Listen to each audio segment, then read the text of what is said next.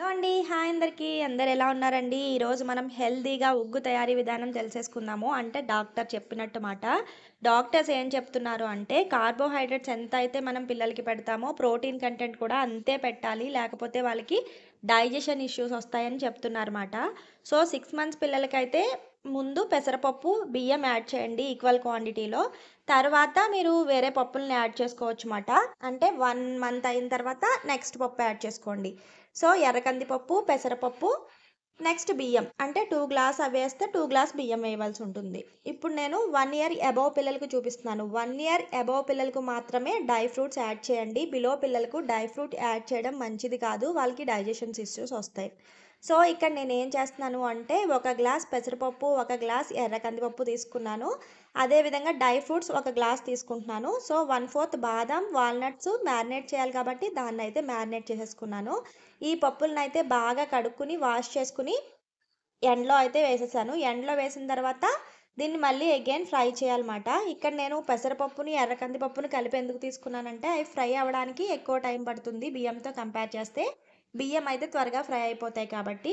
So, ముందు ఎర్ర కందిపప్పు, పెసరపప్పుని బాగా అంటే బాగా ఫ్రై చేసుకున్నాను. ఒక 15-20 మినిట్స్ టైం అయితే పడుతుంది ఇది ఫ్రై అవ్వడానికి. సో, మంచిగా ఫ్రై చేసుకుంటే డైజెషన్ కూడా ఫ్రీగా అవుతుంది కదా పిల్లలకి. నెక్స్ట్ వచ్చేసి బియ్యం అండి. బియ్యం కూడా ఒక 15 మినిట్స్ పట్టదులే. ఒక 10 మినిట్స్‌లో ఫ్రై అయిపోతాయి. ఈ రెండిటిని కూడా బాగా ఫ్రై చేసుకోవాలి. తరువాత మీరు ఆల్రెడీ నానబెట్టుకున్న బాదం పప్పుల్ని, వాల్‌నట్స్‌ని అయితే ఒలిచేసుకొని పక్కన పెట్టుకోండి. మీకు వాటిని కూడా ఎండలో వేసుకునే టైం ఉంటే వేసుకోండి. లేకపోతే డైరెక్ట్‌గా కూడా ఫ్రై చేసుకోవచ్చు. నేనైతే ఇక్కడ డైరెక్ట్‌గా ఫ్రై చేసేస్తున్నాను. దీంట్లో తేమ అనేది పోయేంత వరకు కొంచెం ఫ్రై చేసుకోండి. వాల్‌నట్స్ పైన తొక్క చాలా కష్టమండి. కొన్ని వస్తాయి, కొన్ని రావు. వచ్చిన వాటిని తీసుకోండి. తర్వాత ఫ్రై చేసిన తర్వాత తీసుకోవచ్చు లేకపోతే. సో, దీంట్లో నేను గుమ్మడి గింజలు, ఫ్లక్స్ సీడ్స్ ఇంకా సన్‌ఫ్లవర్ సీడ్స్ కూడా యాడ్ చేస్తున్నాను. అయితే గుమ్మడి గింజలు అవి కొంచెం టేస్ట్ వైస్ అంత బాగోవు కాబట్టి మీరు తక్కువగానే యాడ్ చేసుకోండి. ఎందుకంటే ఆ టేస్ట్ నచ్చక మొత్తం తినకపోవచ్చు. సో, అది చూసుకొని యాడ్ చేయండి. మీ పిల్లలకి ఇష్టం లేకపోతే యాడ్ చేసేయడం మానేయండి. సో, వీటన్నిటిని కూడా ఈ విధంగా పౌడర్ చేసేసుకున్నాను. దీన్ని బాగా జల్లించవలసిన అవసరం ఏం లేదండి. వాళ్ళు ఆల్రెడీ అన్నం తినే ఏజ్‌లోనే ఉన్నారు కాబట్టి ఇది కూడా తినేస్తారు. సో, కొంచెం బరకగా ఉన్నా ఏం ప్రాబ్లమ్ లేదన్నమాట. 6 మంత్స్ పిల్లలకైతే ఒక స్పూన్ వేసుకుంటారండి. అలా ఏజ్‌ని బట్టి పెంచుకుంటా ఉండండి. నేను 1 ½ ఇయర్ పిల్లలకి పెడుతున్నానన్నమాట. సో, నేను ఒక 5 స్పూన్స్ వరకు ఏస్తాను. సో, 6 మంత్స్ పిల్లలకైతే షుగర్ గానీ, లేకపోతే ఉప్పు గానీ ఏది యాడ్ చేయకండి. ప్లెయిన్‌గానే పెట్టండి. లేకపోతే డైజెషన్ ఇష్యూస్ వస్తాయి వాళ్ళకి.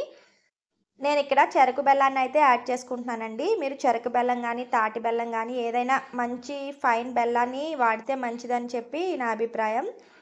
సో, 1 గ్లాస్ ఆఫ్ వాటర్‌ని యాడ్ చేసుకొని, ఇక్కడ నేను ఒక స్పూన్ ఆవు నెయ్యిని కూడా యాడ్ చేసుకొని, ఈ విధంగా అయితే అడుగంటకుండా ఒక మంచి కన్సిస్టెన్సీ వచ్చే వరకు కూడా ఉడికించుకుంటున్నాను. డాక్టర్స్ అయితే ఏం చెప్తున్నారు అంటే, జస్ట్ హాట్ వాటర్‌లో వేసేసి పెట్టేయండి సరిపోతుంది. ఇలా బాయిల్ చేయవలసిన అవసరం లేదు అని చెప్తున్నారు. సో, వీడియో నచ్చిందా అండి? వీడియో నచ్చితే లైక్ చేసి, షేర్ చేసి, సబ్స్క్రైబ్ చేయడం మాత్రం మర్చిపోవద్దు. Thank you for watching.